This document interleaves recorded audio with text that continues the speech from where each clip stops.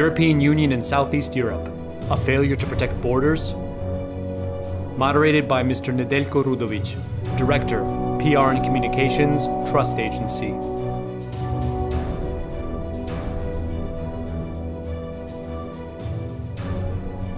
We will have opening remarks, each for 5 minutes, then we will immediately start discussion. It's switch on. So, Mr. Dokos, director of the Institute LEM from Greece. Greece had suffered much more than other countries due to this crisis. Mr. Dokos, what can you say about this? Well, first of all, I would like to be optimistic and say that this is the only challenge Europe has been faced with right now. But this would not be accurate. Unfortunately, we are still struggling with the economic crisis. The prospect of Brexit is much lower now, but it's still on the screen. There will be a very important referendum in the UK in about a month from now, a month and a half, which will have either way an important impact on EU politics. We have the problems with Russia. There is a very unstable situation in Europe's southern neighborhood. We have a security problem, the nexus between migration flows, radicalization, and terrorism. And then, of course, we'll have to redefine our relations with other major powers, China, the BRICS, but also the US with a new administration. It would be easier, I think, with Mrs. Clinton, more difficult with Mr. Trump. So this is a big set of challenges, but I think the most important one is whether the EU has still the ambition and sufficient popular support to take the political integration process even further. Because what we saw in the last few months has been a renationalization of policies, be that economic, foreign policy, or the issue of migration. Now, regarding migration specifically, we were caught unprepared, and that shouldn't have been the case because the problem was there for us to see for the past 2 years at least. So the EU was hoping that those people would not come to Europe, and then when they started coming, and not representing my government, I can afford to be more self-critical. Both Greece and countries in the Western Balkans played traffic caps for the first several months, hoping that the flow would continue through the Balkan route to Austria, Germany, Sweden, and other countries in Western Europe. We didn't coordinate our policies, and that's a more general problem, I think. And again, Greece's responsibility as an older member of the EU is greater than others. Unlike the Visegrad and the Nordics and others, there was never an effort, both in the EU and NATO, to have a Balkan subgroup and an effort to coordinate our policies and deal with common challenges. Now that the group is being enlarged, and hopefully circumstances will allow for further enlargement in the case of NATO at least, in the not too distant future, I hope that we'll start working more with each other, because closing borders is never the answer, especially if it's done in a national, uncoordinated manner. Because it is obvious if that goes on for too long, desperate people will find ways to get through.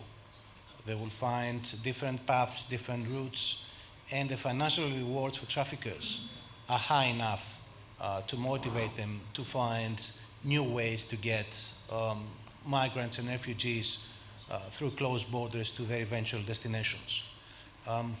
Is there a security problem? One of your questions, and I think a very pertinent one for Europe. I think there is one, although we should avoid the securitization of the refugee situation. The problem is inside our borders already, inside our societies, especially in a number of Western European countries. We do have a problem with returning foreign fighters from Syria. We need to do more on the security front. We need better coordination and cooperation between intelligence and law enforcement agencies. That includes not only EU and NATO members, but everyone else in the broader neighborhood who is interested and willing to cooperate. And we certainly need a European Coast Guard yesterday. That should be an urgent priority. Can NATO be of any assistance to that problem?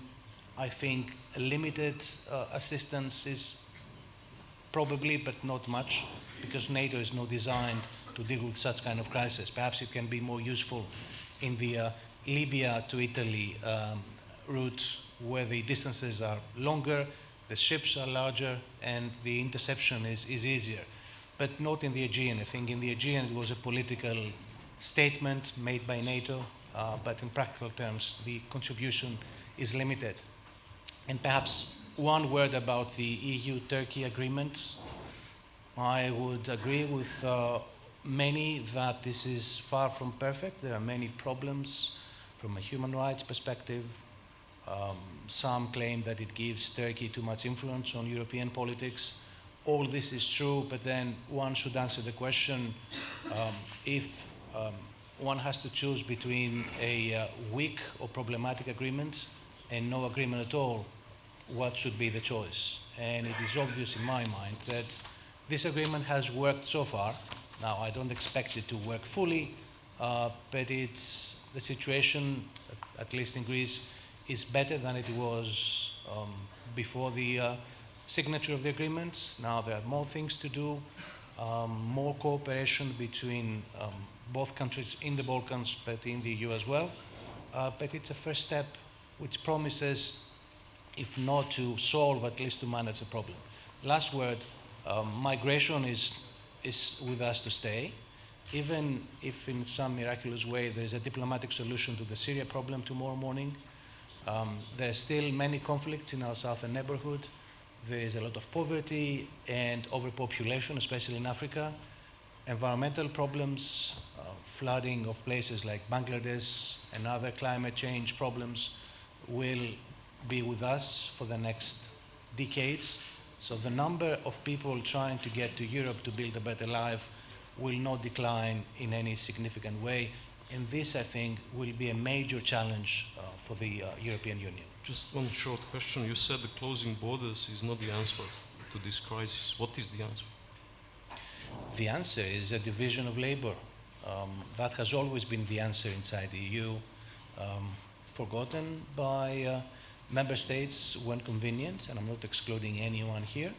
But I think a division of labor and more coordination, more cooperation would have provided a much better answer to the problem.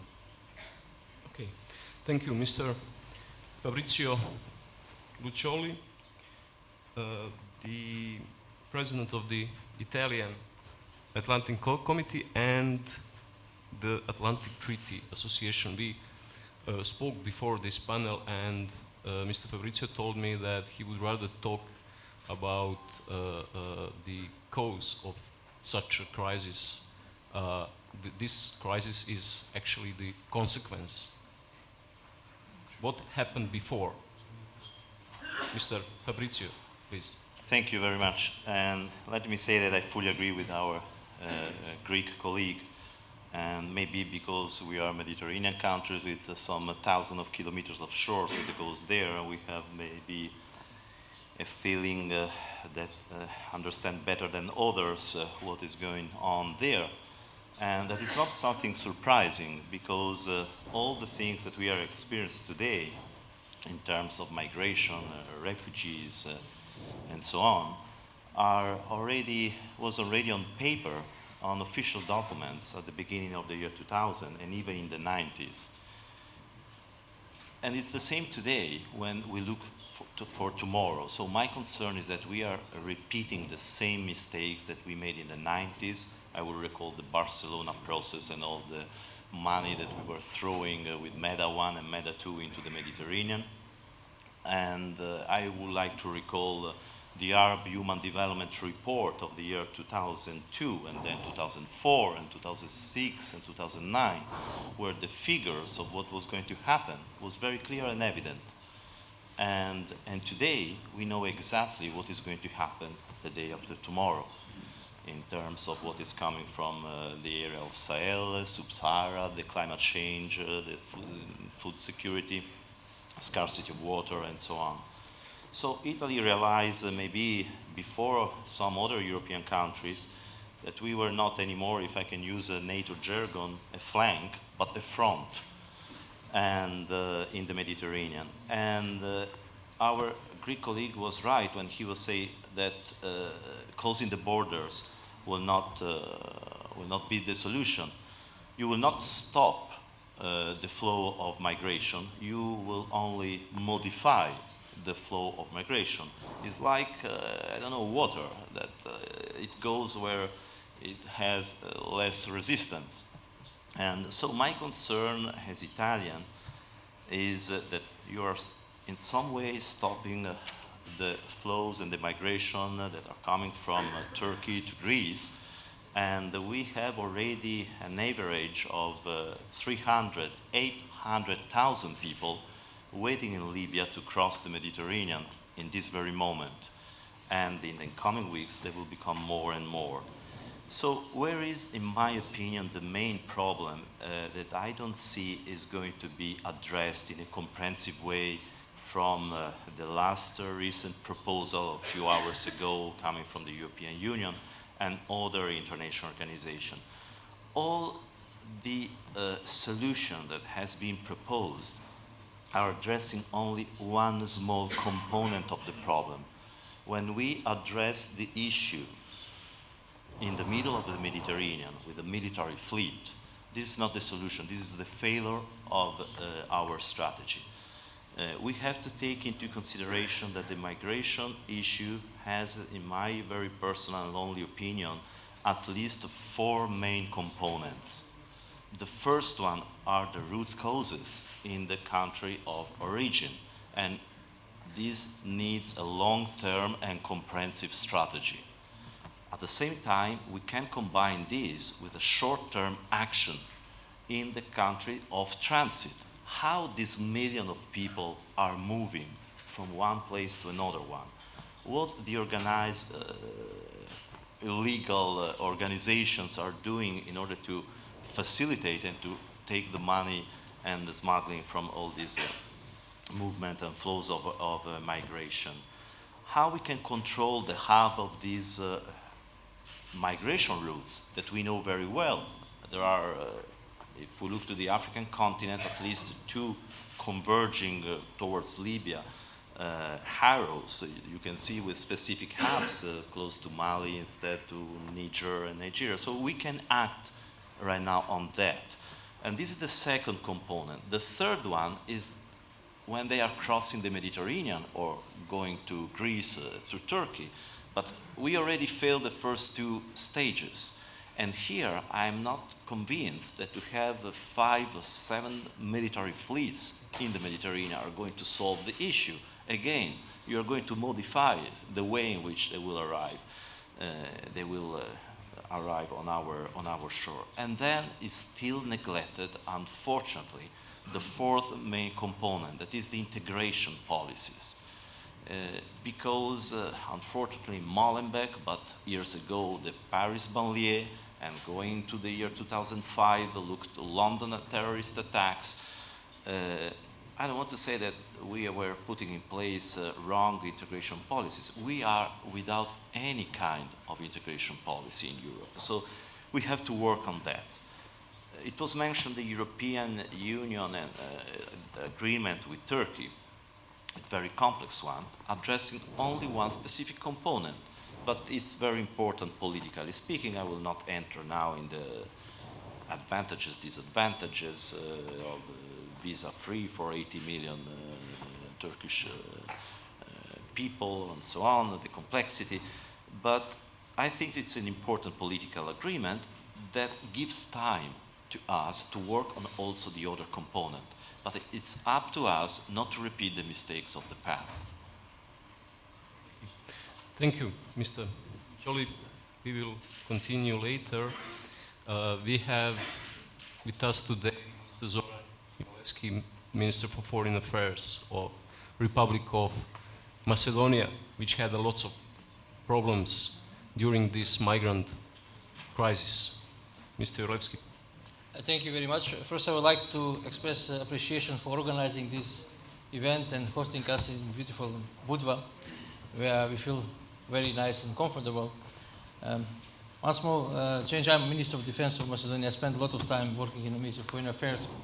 Actually, this is my second big migrant or refugee crisis in my career. One was back in 1999 when we had 360,000 refugees from Greece. In that time, I was a young diplomat who just returned from Geneva. And because the headquarters of High Commission for Refugees is there, we didn't have experience dealing with the migrants. Then they put me to be Deputy National Coordinator, and now I'm dealing with different type of crisis, migrant crisis, as a Minister of Defense. But there are lessons learned from first crisis, which was completely different, but, and I will address in my expose here. First, I fully agree with our Italian colleague that we need to have a comprehensive strategy to deal with this crisis. Probably this is one of the biggest crises in Europe after the Second World War.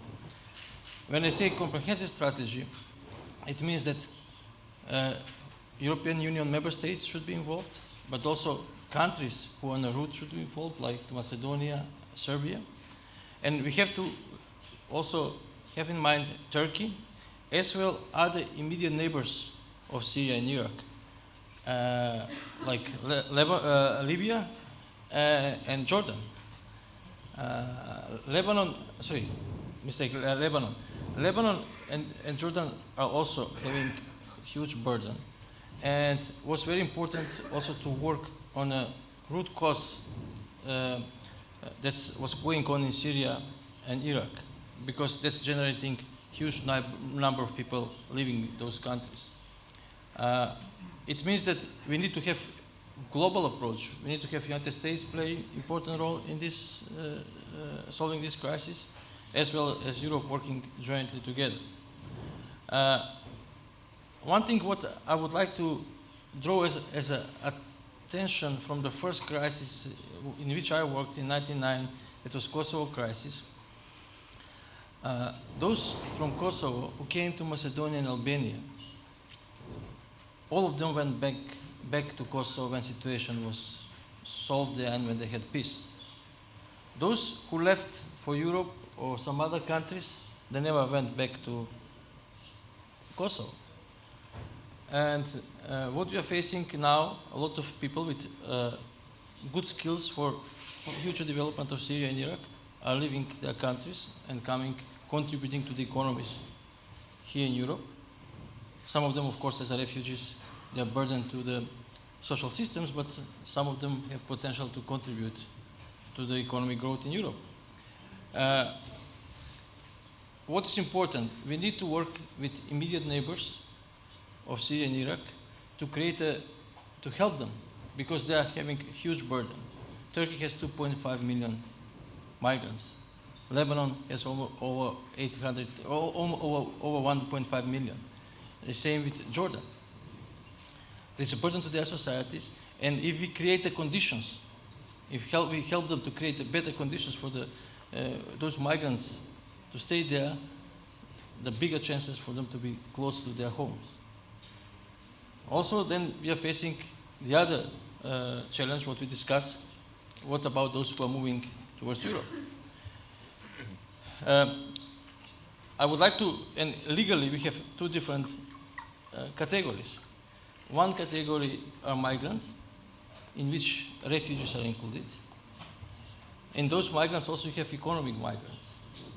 And it's important to divide those two groups, because what we have experienced in Macedonia in September, October, and August last year, probably 40% of them were people who were economic migrants, coming not from the war-affected areas like Syria and Iraq or Afghanistan. So therefore, we fully support and embrace the EU-Turkey agreement, as well as conclusions in October last year of European Summit, that the countries on the migrant route should coordinate. And it's very important to be able to vet those people before they got refugee status. If they're really people who are in need, we have to give them protection. And what my Italian colleague mentioned is important to have policies how to integrate them in the societies. Though the situation is complex, we need to continue jointly to work together, to continue to craft the strategy because the situation changed and we need to upgrade it. So the future cooperation is extremely important. We need to continue to work jointly on this issue. Thank you, Mr. Yolevsky. The main issue is how to provide conditions for citizens of Middle East to stay in their countries. Today we have Middle East. Tomorrow, who knows what we will have. And Mr. Igor Lukšić is Montenegrin candidate for UN Secretary General. Mr. Lukšić, what do you think? What should we do to stop this kind of crisis? Well, first of all, good day to all, and thank you very much for the possibility to join to Be Secure Forum again this year. From a little bit different perspective as far as I'm concerned, although it was really a big challenge and still is for many countries on the Western Balkans route. And as Foreign Minister, I was able to take part in a number of meetings that discussed this matter. I mean, fortunately, probably for Montenegro, which was not really on the route, and we were more like standing in the wings, and I preferred, in this case, not being really a major player, a major character on the stage, but very sympathetic and very empathic with the problem that friendly countries from the region were faced with. And actually, when you take part in the meetings, I'm sure Zoran will agree, I guess he also took part in different settings where defense ministers attended. It was actually stunning to see the inability to talk through this problem and set forth the agenda how to deal with that. And it took a lot of meetings, probably a lot of sleepless nights, a lot of efforts to come to an agreement between the European Union and Turkey on how to handle the migration crisis. And the next day, you actually had a reaction from UNHCR saying that the agreement is quite controversial, in some aspects probably illegal, reducing standards of handling migrants, problems and so on, asylum seekers and so on. And it's appalling because we should be working the other way around. And actually we should draw some lessons from the situation.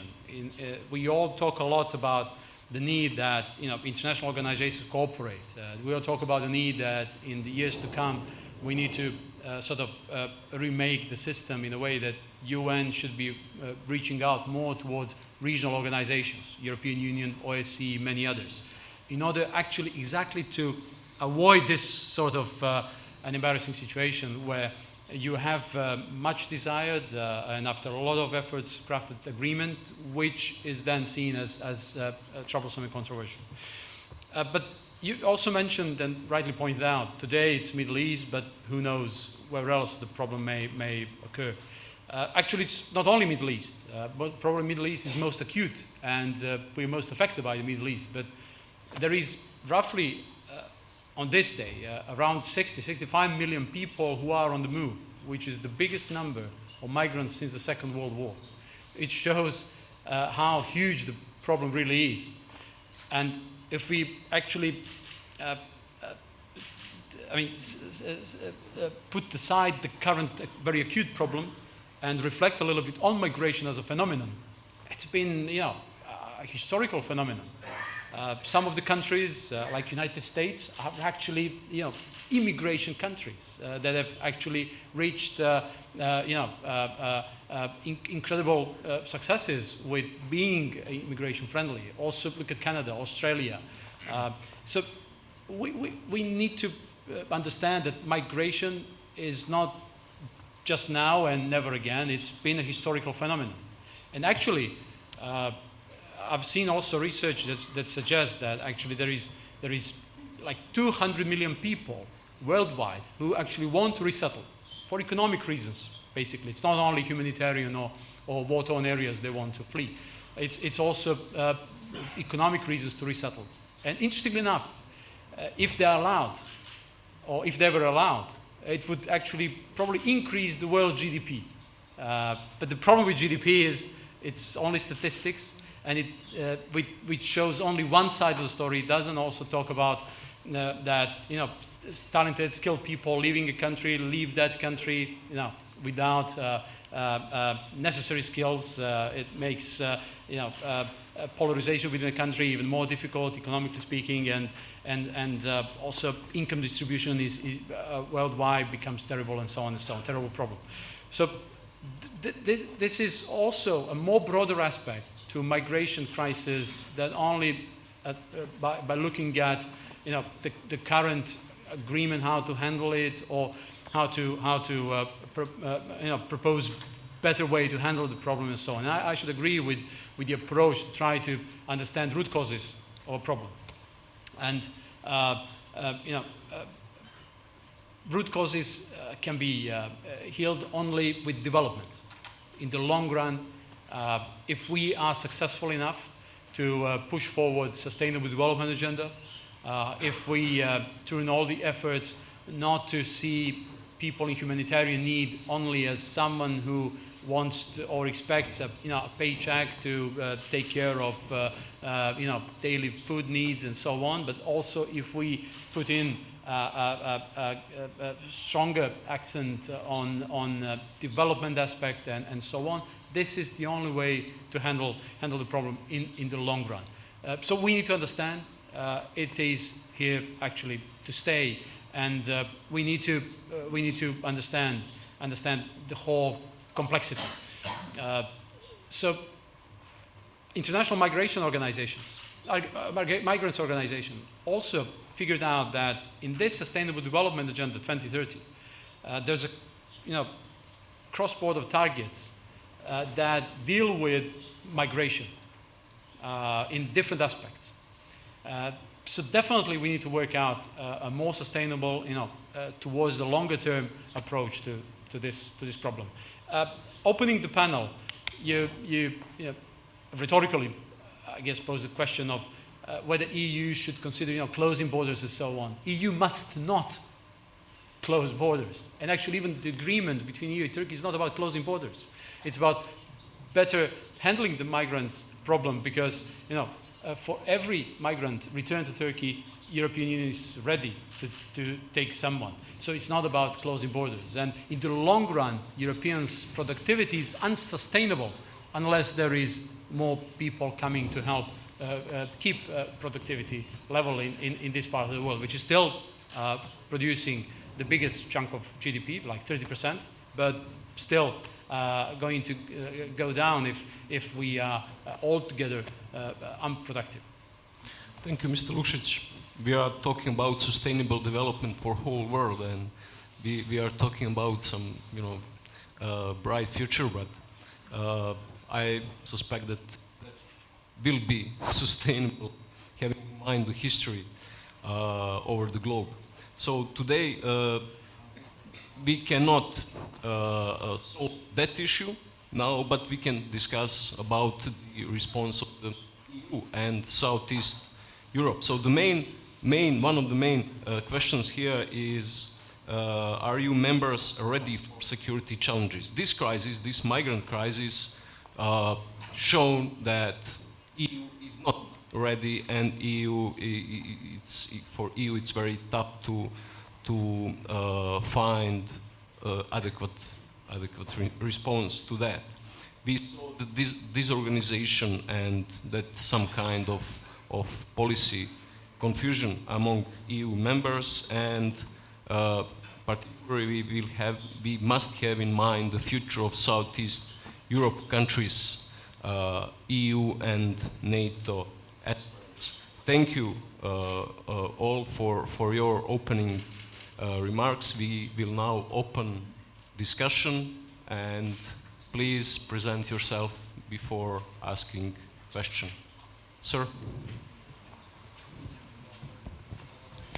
Thank you, and thank you, gentlemen, for fascinating presentations. I'm Julian Lindley French and Vice President of the Atlantic Treaty Association. Thank you. I was in my pub in Sheffield, in the north of England, recently, and a very nice guy, known for years, moderate, decent, willing to find a pragmatic solution, said to me quite simply, they're taking my country away from me, meaning migrants. Now, UK's had a very large wave of immigrants the last 20 years. Whether we in the elite, and we are in the elite, like it or not, we can talk all we like about trade and GDP, but somehow we have to convince our populations, people like my friend in the pub in Sheffield, to accept all this. And right now, huge numbers do not. And there's a very real danger that the political base of Europe will change because we haven't integrated our own citizens with the reality of what this wave of migrants means socially, economically, and culturally for Europe. So what do you say to my friend in Sheffield to try to convince him that we can cope with this, that we can manage this, that indeed there'll be a positive outcome for him that isn't 15, 20, 25 years downstream, but that ensures social cohesion is preserved as we welcome all these new incomers to Europe? Thank you very much. The question is for all our panelists, I think. Mr. Dokos, what do you think? Well, I would say three things. The first is there isn't much we can do about it because maritime borders cannot be sealed unless you are prepared to start drowning people, and even land borders. Look at the examples of the example of the border between the U.S. and Mexico. The U.S., with all its might and technological sophistication, has been enabled to close that border. So it's a reality. Furthermore, second point, the EU has a moral responsibility to take in refugees. And it's actually more than a moral responsibility because EU countries has been involved in various conflicts which caused waves of refugees. But of course, one has to be pragmatic. We cannot take them all in. First, because of the reaction of our societies, and second, because in the long term, the numbers are huge. So we have to decide how many people can we take in. Integration will be a major challenge. Good point. And the problem is, even if we do much better in terms of our integration policies, some of these people are not able or even willing to become integrated into our societies, and that will be a major problem. And there, I think we need to enlist the assistance of migrant communities, especially if we want to prevent radicalization. One can actually use the demographic argument that with few exceptions, UK and France mainly, the rest of Europe is aging, the population is declining, we need new blood, but that has to be done in a regulated way. And I don't agree with the logic, but I can sympathize with many of our fellow citizens who looked at the numbers of people coming in the last few months, the terrorist events in Paris and Brussels, but also we tend to forget that perhaps. The sexual attacks in Cologne and other German cities, and the reaction of moderate people like the Grand Mufti of Cologne, who said, well, of course we condemn the events, but perhaps German women should dress a bit more conservatively. Now, this is exactly their own kind of reaction, and I can sympathize with people asking the question, well, should we change our way of life to accept these people in our societies? It's a complex situation, and it has caused, in the case of the UK, a lot of support for Brexit, and in many other European countries, including my own, increased support for ultra-right-wing parties. No easy answers, no magic formula that can solve the problem, but we need to manage the problem in the long term, and we need to explain the situation as better as we can. Thank you, Mr. Dokus.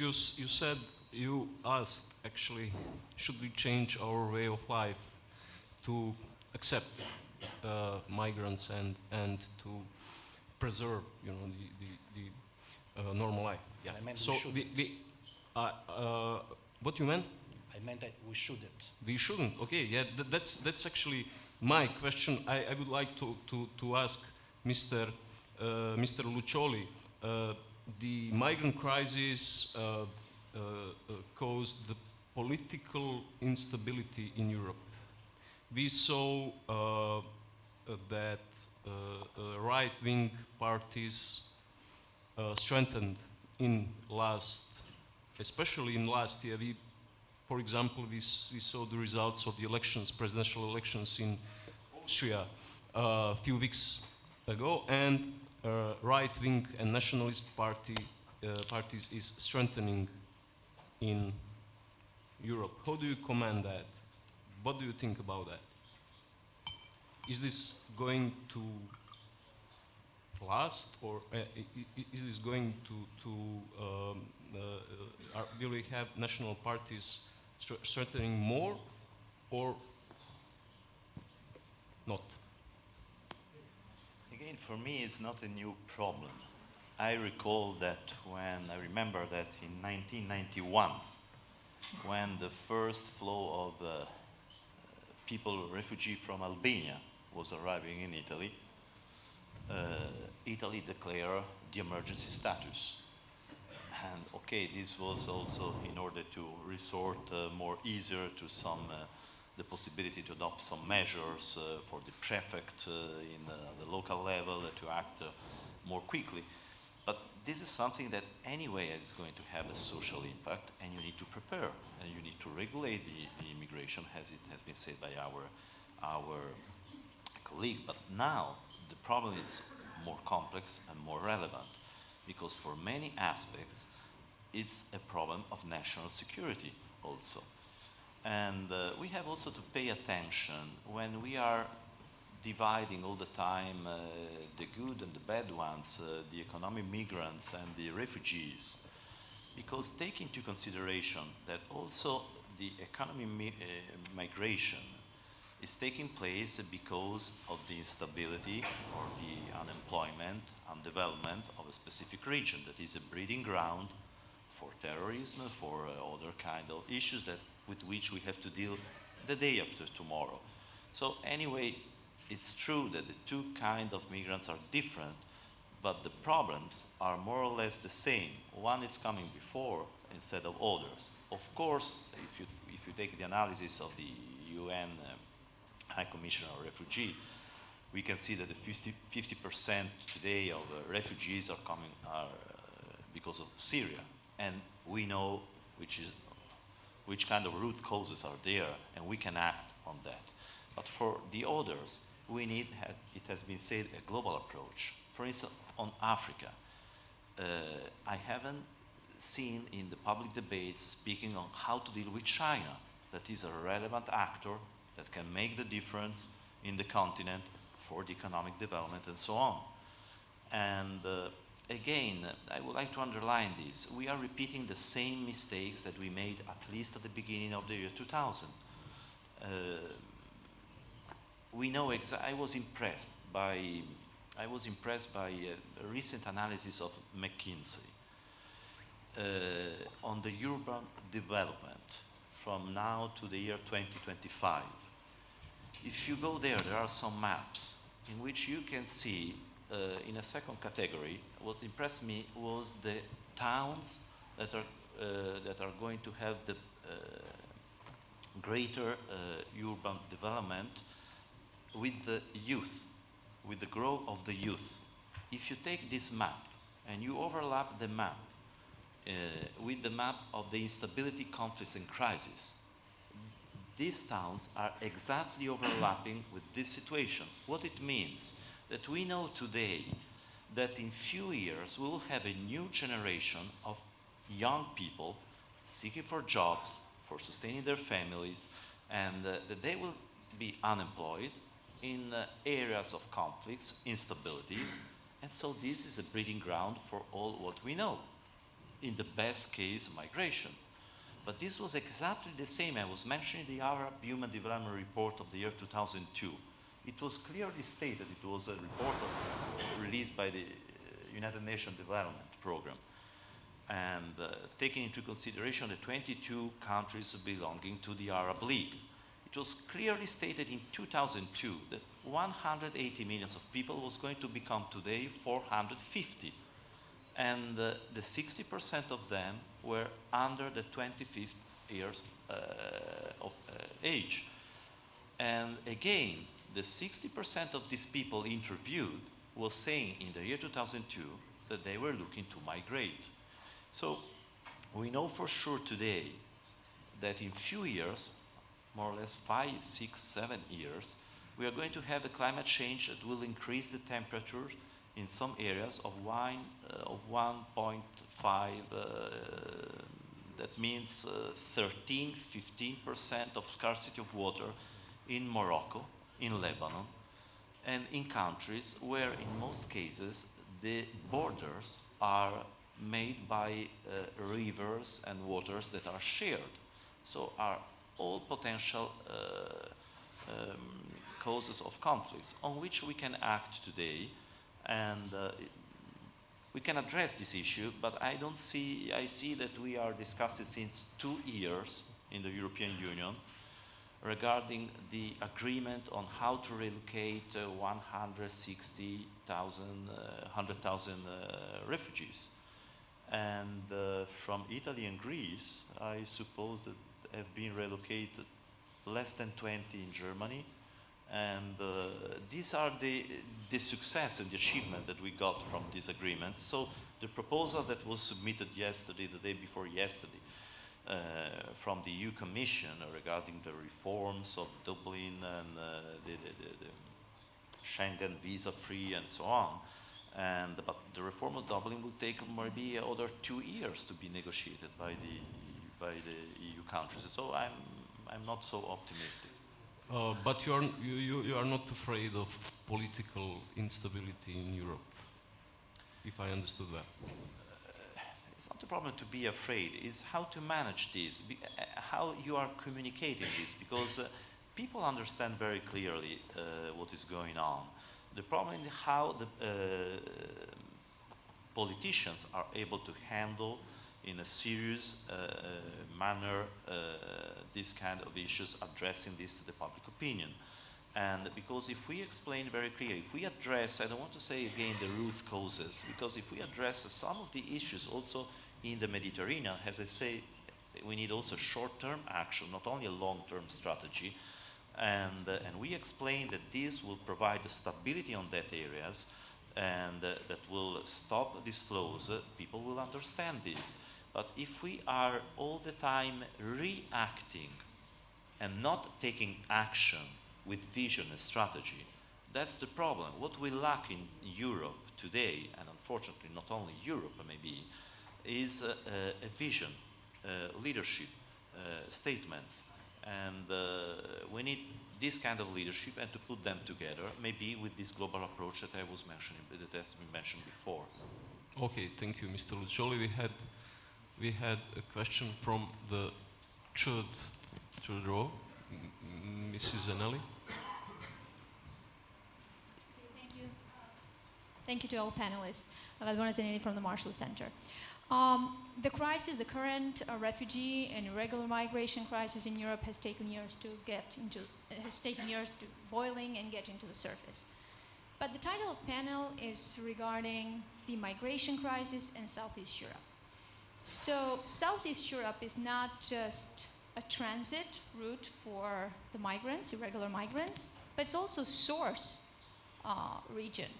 We should not forget at the beginning, in 2014, countries from Southeast Europe were among the top 10 countries in terms of asylum seeking in Western Europe. There were more than 120,000 in 2014 from the region of Southeast Europe too, so aiming to search employment and better life in Western Europe. So how to address this type of crisis? I liked Dr. Luccioli speaking about the root causes and how to address the crisis of migration within Southeast Europe too. Thanks. Thank you. This is a question for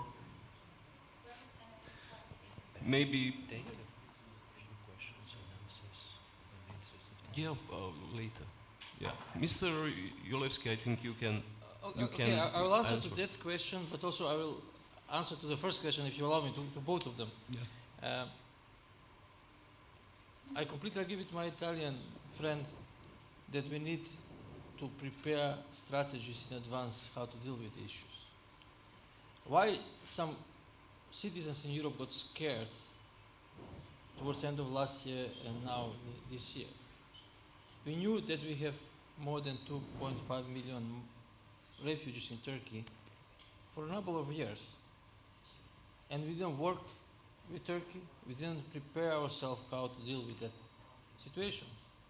And what we face since August last year, within 6 months, throughout my country, we had seen more than 1 million migrants passing through and going through Europe.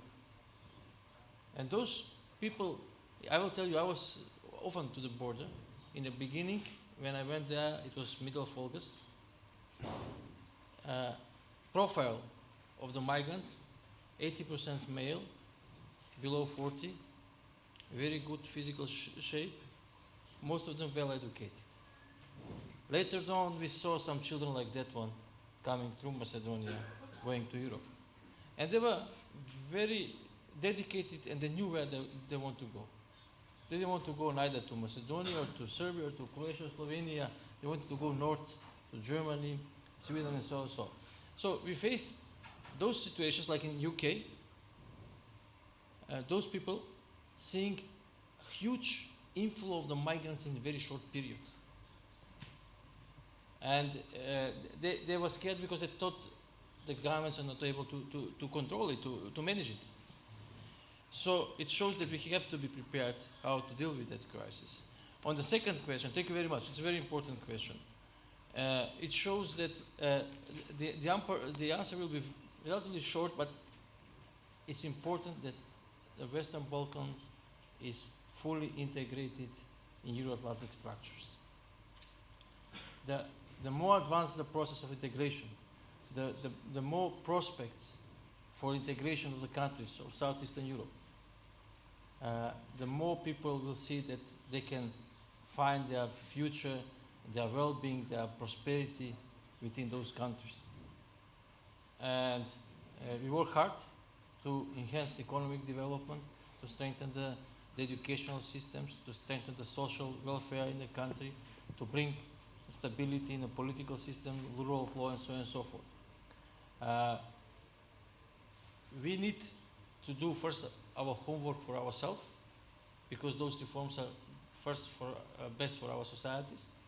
But also we need to see more support from the European Union and other countries in those integration processes. And we need to have a bigger picture. Obviously, this migrant crisis showed that you need Western Balkans to be part of the European Union, because we are working with you in dealing with this big crisis, what we are facing. So that will be the answer. I agree, we can work on many issues like, as I mentioned, strengthening the economy, attracting the investments, having better paid jobs, more jobs. And also, why those migrants are not coming to my country or some other countries. We have unemployment rates of 22%, 25%. What is absorption capacity of those countries to absorb the migrants? Okay, thank you, Mr. Yolevsky. Mr. Lukšić wanted to answer to this question. Yeah, I think all the questions are very interesting and pretty much touching the real thing, the core of the issue. And by trying to give a more broader view on migration issue, even historically, I've tried to share the view that it's pretty much actually about development. And if our societies are ready to offer to the people windows of opportunities or not. Because if you're faced with a closed window of opportunity, you want to leave. If there is a window of opportunity, you want to use the chance and make sure that you create some wealth. It's important for you, it's important for your household, for your family, and so on. and society, therefore, goes forward. And you're quite right when saying that it was not long ago that one of the topics, burning issues in some countries in Europe, and took a lot of our time in some of the discussions, were actually people from our region leaving our countries, trying to ask for asylum in Germany or other countries, Sweden, also other countries. And then one of the decisions that was taken was to proclaim all the countries of the region safe countries, countries of safe origin, so people started to go back. And Zoran has mentioned the rates of unemployment, which are more or less the same range in the countries in this part of the world. So we need to make sure that our development policies are really right policies.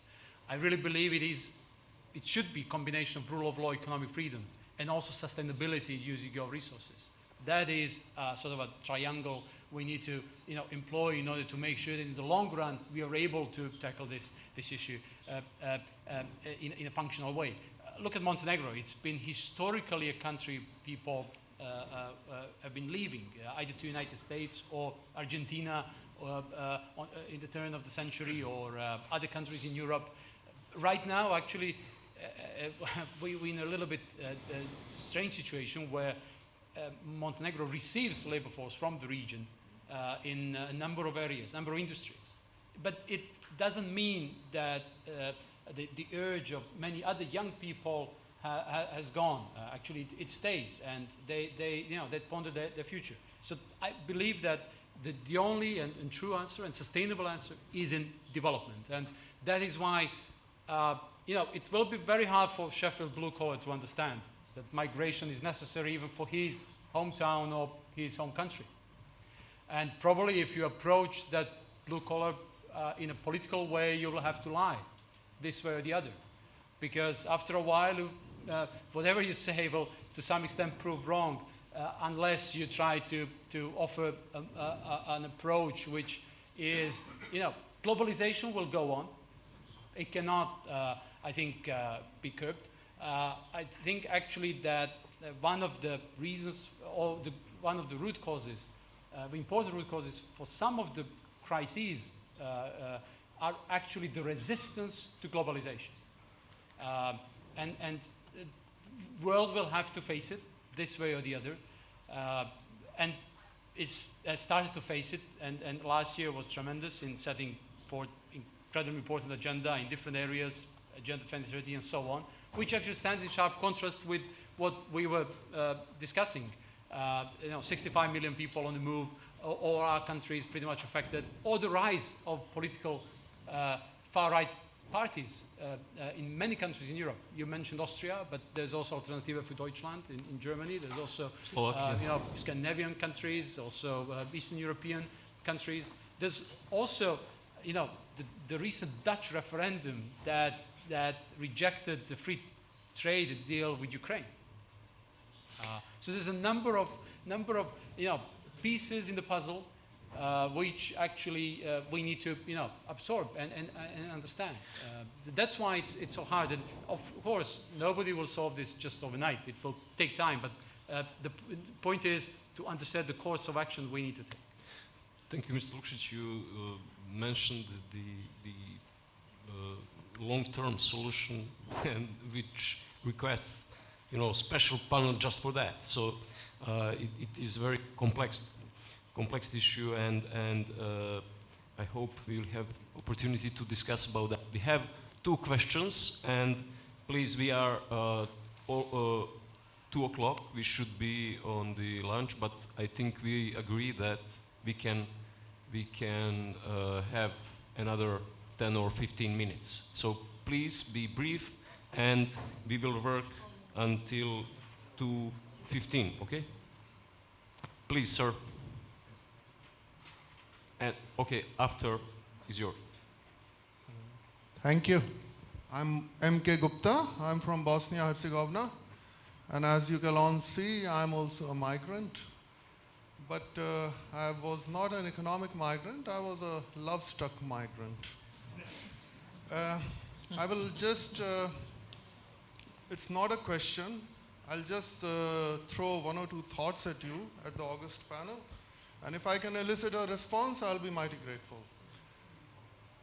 Just to draw an analogy first, in the stock exchanges, there was a study done and they found out that women performed much better than men. And after having looked for all answers, the only reason they could center on was that women did less trading than men. They were not very proactive. Men were always very dynamic. They wanted to go and trade every day, every hour. And women were somewhat laid back and they had very good results. Next, going on to a similar conference I attended in Ohrid, Macedonia last to last month. And a very interesting concept of community resilience came up. The idea was that in the terrorist affected areas, we ought to build up resilience within the society so that young men and women are not led astray. So now the only thing that I'm thinking of right now is that are we also trying not to disturb the existing resiliences in the different nations and communities? Instead of being very proactive, is it also not a good idea to be laid back at times and not to be a doctor at each and every event? And may I just draw another small analogy? A group of doctors was brought to a patient and they started diagnosing the patient with a number of diseases. There was a heart specialist, another specialist, and they all came up with the different diseases that the patient was suffering from. But the root cause was that the patient was undernourished. It was malnourished. So instead of being very, very proactive, could it be an idea to be laid back, to go back to the old principles of sovereignty and respecting existing resiliences in the different communities? Thank you, sir. Thank you. It is also the topic for another conference and panel. Thank you. Sir, please.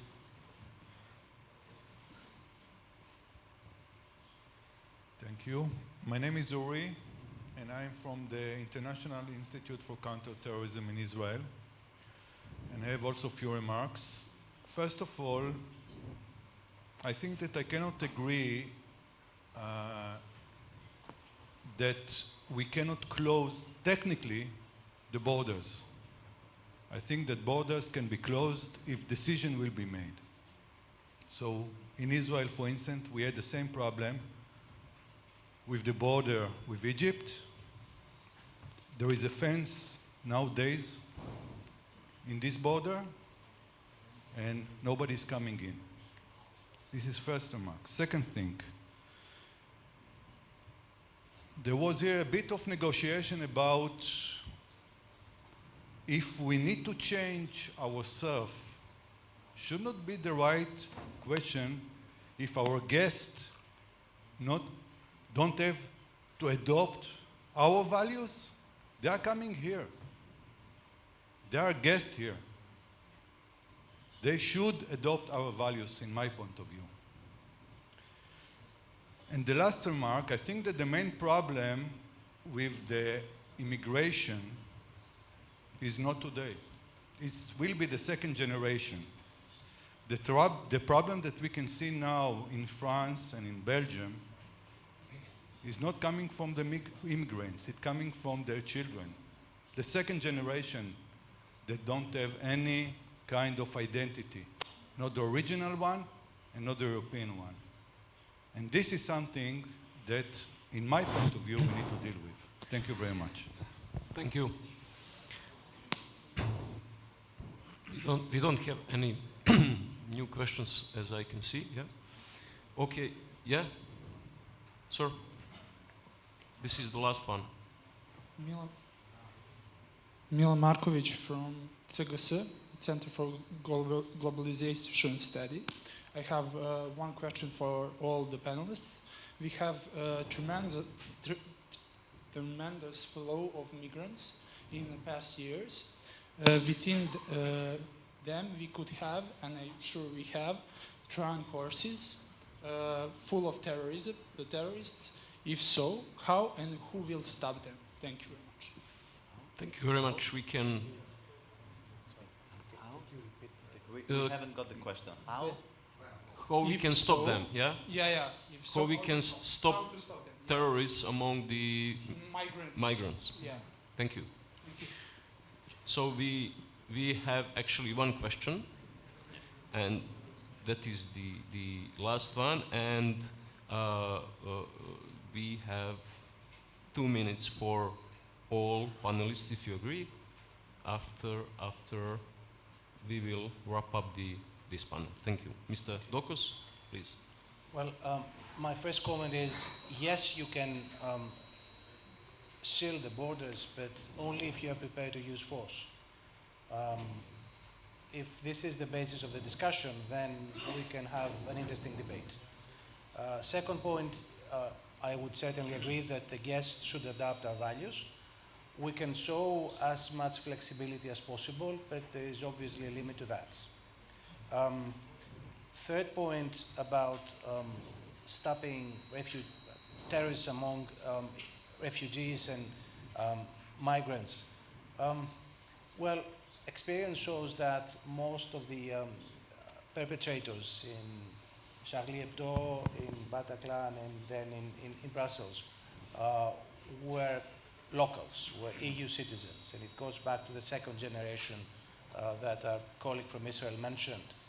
So yes, obviously there are things that can be done to improve security at the border and better scrutinization policies, but the problem is inside our borders, mainly. But one should not forget that radicalization is not limited to Muslim communities. We have neo-Nazis, we have anarchists and ultra-left-wing revolutionaries in some of our countries, including my own. So let's not demonize Muslims only. Radicalization is a wider problem. And then my final comment, going back to the previous question about immigrants from Southeastern Europe. Obviously, the best answer to that is membership to the EU as quickly as possible. Now, this process will start again in 2020, and hopefully it will not take too much to be completed. Yes, the EU is still suffering from enlargement fatigue or indigestion from 2003, but I think it's obvious that the Western Balkans are small enough to be more easily integrated, and hopefully that process will be completed by 2025 at the latest. Mr. Joly. Thank you. I would like to start answering the question from our Israeli friend. And yes, we can close the borders. And but what is going to be the consequence of keeping the borders of Europe totally sealed and closed? We are going to have Africa in a spiral of instabilities and mounting instabilities there. And I don't think that this is the future of the Mediterranean security and cooperation in the area. But I want to be very clear and outline very much that border must be controlled. It's a duty of national government to provide the security of our territories and population, and it's a duty also of the European Union to keep the borders monitored and controlled in order to address the issue of the possible flow of terrorists in the routes of migration. Because as I was just mentioning before, these are the same routes that are used for smuggling other kind of goods and weapons and terrorists and other kind of issues. But again, going back to borders and the future in the region, taking into consideration an aging European Union that is quite different to the state of Israel, of course, and the future is the cooperation in that area with Africa. Maybe to have a stronger vision and strategy and economic cooperation between European Union and African Union. This could be one of the paths that was not paved and not exploited sufficiently. And, but at the same time, we have also to take into consideration that usually we are speaking about Africa in a generic way, and there is a general perception that Africa is a poor continent. This is not true. I was impressed again by one of the slides that was screened here, in which you can see that the flow of migrants from Nigeria is just immediately after Eritrea. And while in this country is strong violations of human rights and any kind of rights that a human being can have there, Nigeria is with a GDP even higher than South Africa. And South Africa is one of the BRICS, the S of the BRICS.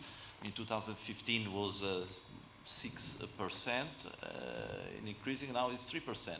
So if you look there, and you look, I take this example that affect also other countries, you can see that the 80% of the population, instead of this GDP growth, are with less than $10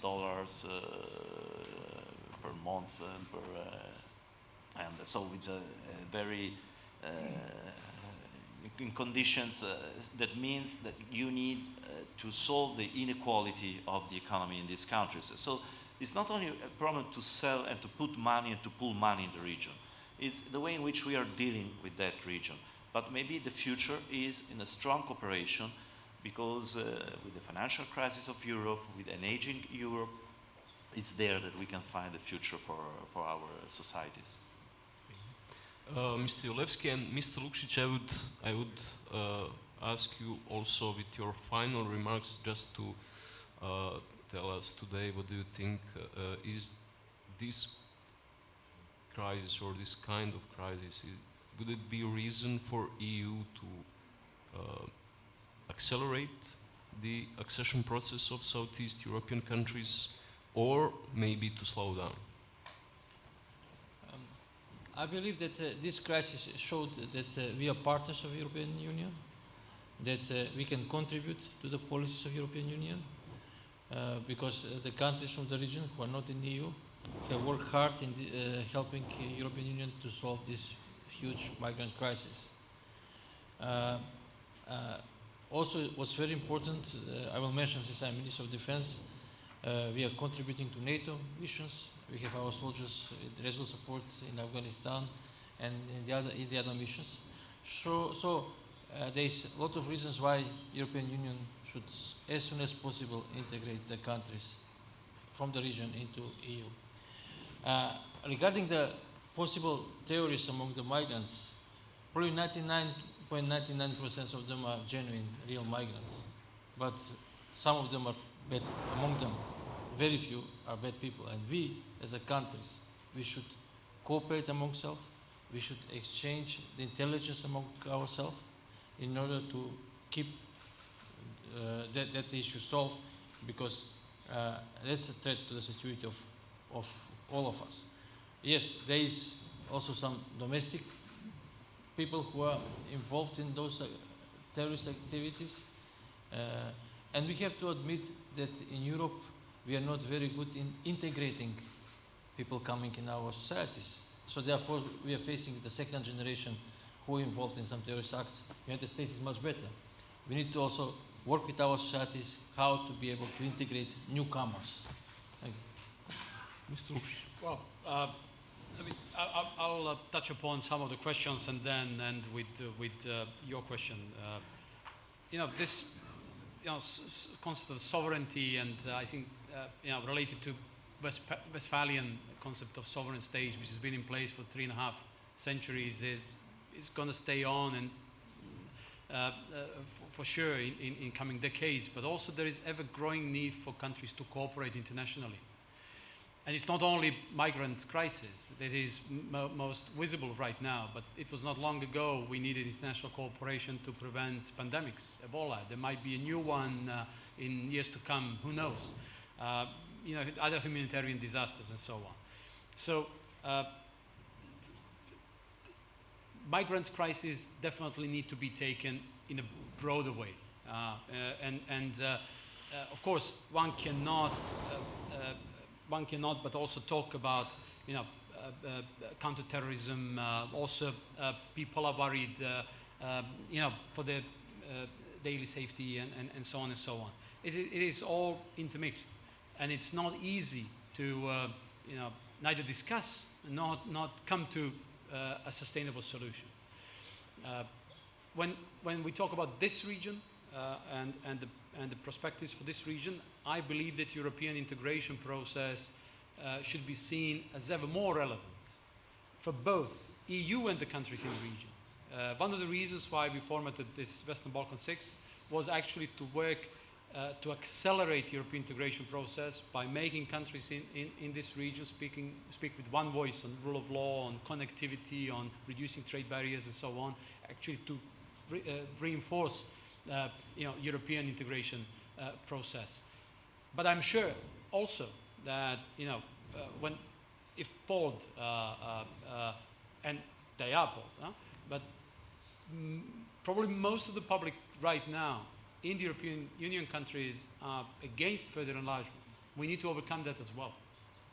We need to understand, just like with the problem of the migration, that the quicker integration of this region is for the best of the European Union, and not the other way around. And we need to be able to bring that argument about ever and ever again. Okay. Thank you very much. I believe we had interesting and useful discussion. Thank you. We have lunch now. The restaurant is waiting for us. Thank you.